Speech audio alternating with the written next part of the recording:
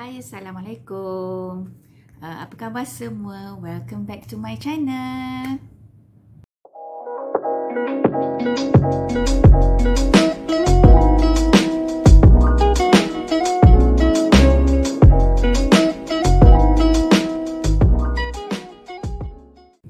Okay, kepada sesiapa yang baru sahaja mengikuti channel Lazizi Beauty Center TV ni, saya nak beritahu channel ni lebih kepada rawatan alternatif untuk kecantikan dan juga kesihatan secara alternatif lah. Maksudnya saya tidak akan paparkan apa-apa yang melibatkan ubat-ubatan doktor ataupun farmasi. Okay, semua yang ada di dalam channel ini adalah berkisarkan tentang pengalaman saya menggunakan betul-betul ataupun tips-tips kecantikan dan kesihatan secara natural.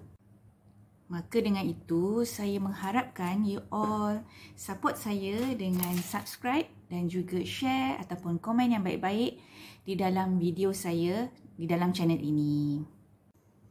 Okey, saya rasa dah 1 minggu saya tak update video baru. Okey, pada hari ini saya nak share benda yang santai-santai sahaja, iaitu topiknya adalah 6 perkara. Okey, topik yang saya nak share pada video kali ini adalah 6 perkara yang perlu dilakukan ataupun dibuat bila umur mencecah 40 tahun ataupun 50 tahun. Maksudnya video ini sangat sesuai untuk wanita-wanita ataupun lelaki yang berumur 40 hingga 50 tahun. Okey, bila dah umur meningkat 4 series, 5 series ni kan.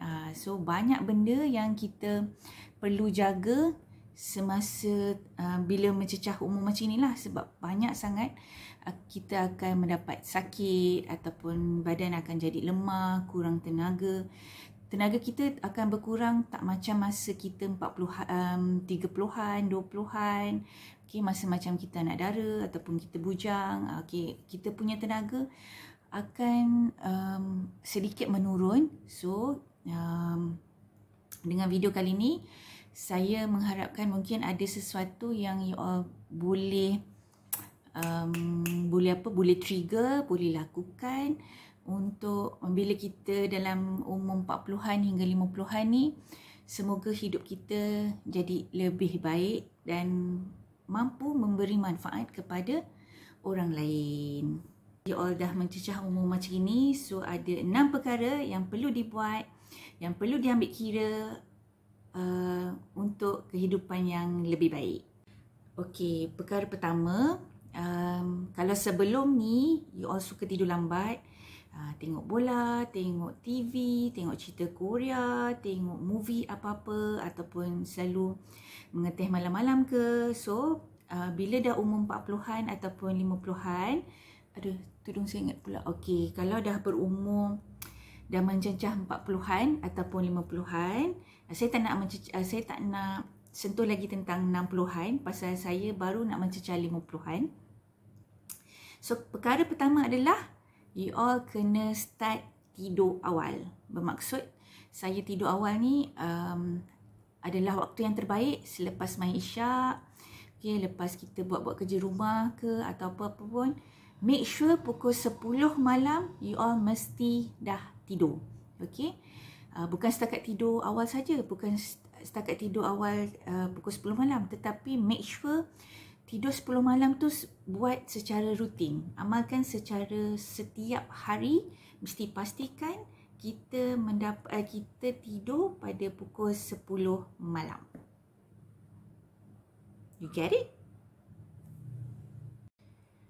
Seterusnya, bila umur dah mencecah 40-an ataupun 50-an, apa yang perlu you all buat ataupun tukar rutin you all adalah dengan menggunakan stokin semasa tidur. Okey, macam bab stokin ni saya dah gunakan dah lama lah. Since saya daripada saya sekolah lagi pun, saya dah tidur menggunakan stokin. Okey, kepada sesiapa yang tidak mengamalkan pemakaian stokin semasa tidur, why not bila umur dah mencecah 40-an, 40 ataupun dah nak mencecah 50, masih tak terlambat lagi.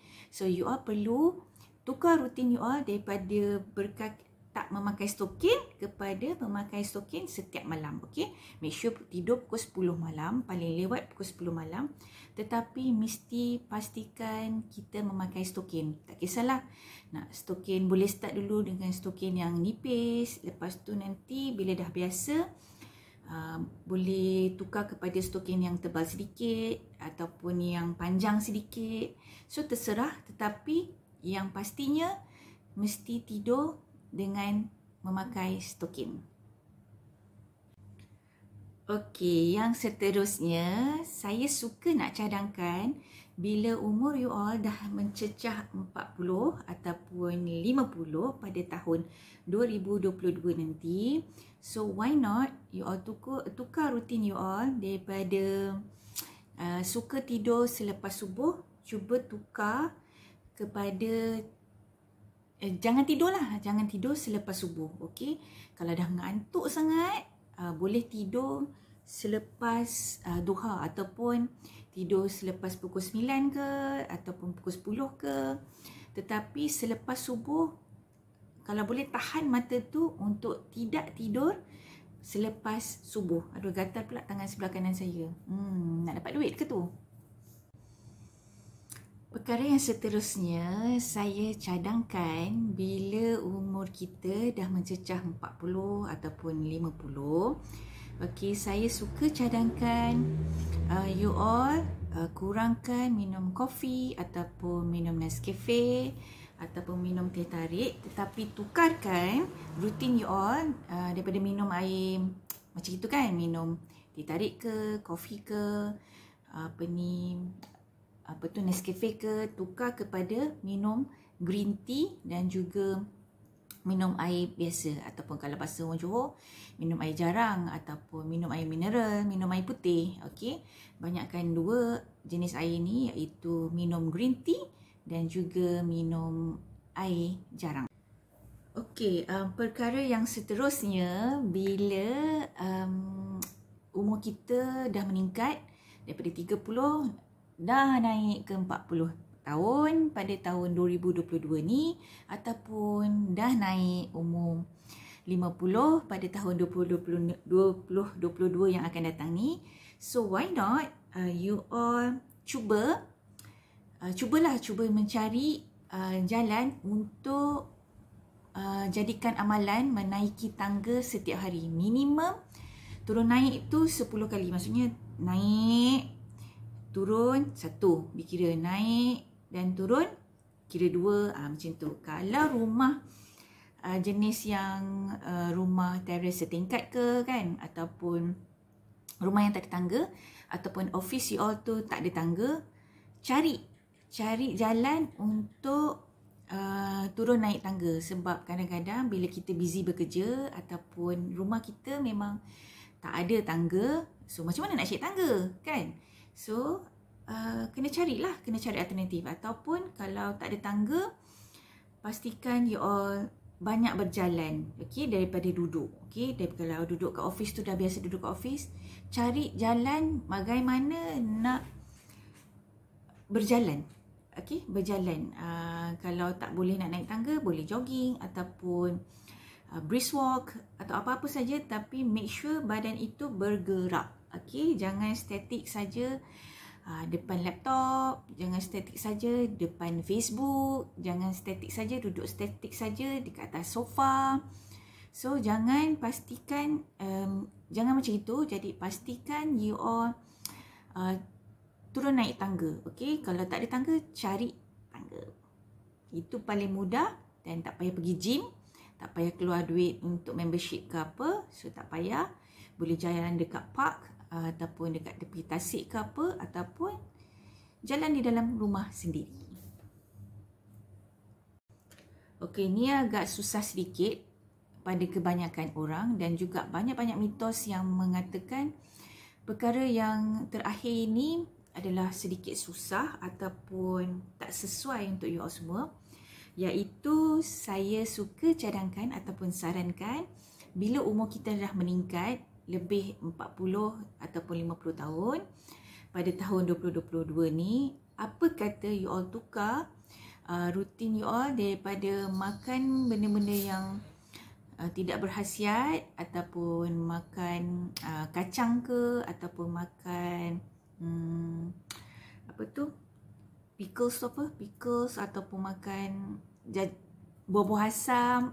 Okay, instead of you all makan buah-buah asam tu, you all tukar amalan you all kepada makan-makan yang tidak berkhasiat tu kepada memakan buah nenas. Okey, buah nenas memang sangat bagus untuk lelaki ataupun perempuan, muda atau tua, tetapi sangat digalakkan untuk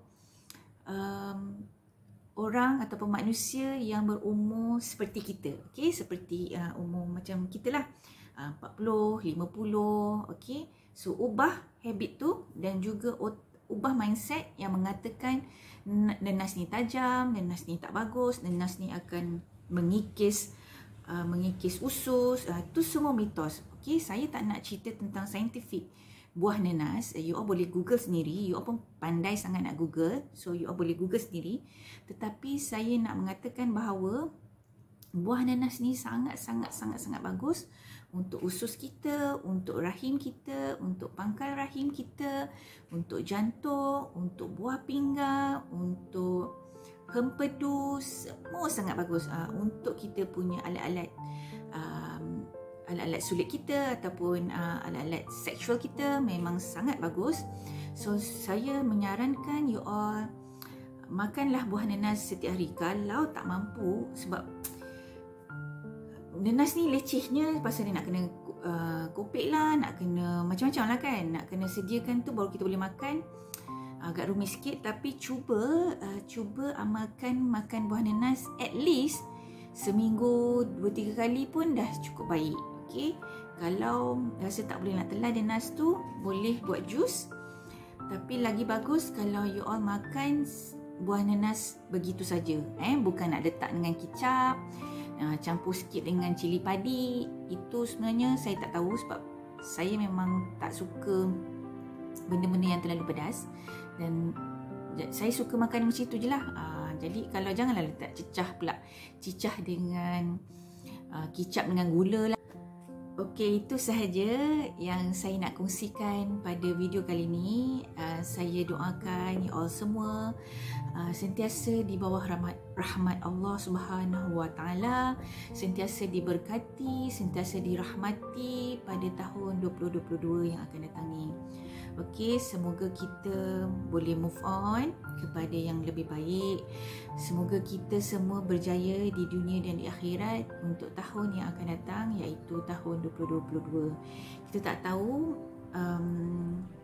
ujian yang macam mana yang Allah akan turunkan kepada kita pada tahun yang akan datang ini, tapi saya mengharapkan you all sangat positif, tenang pada tahun yang akan datang ini. Okay? Saya faham ramai yang terkesan dengan pandemik ataupun ramai yang sangat susah pada sekarang ni, tapi don't worry, Allah sentiasa ada.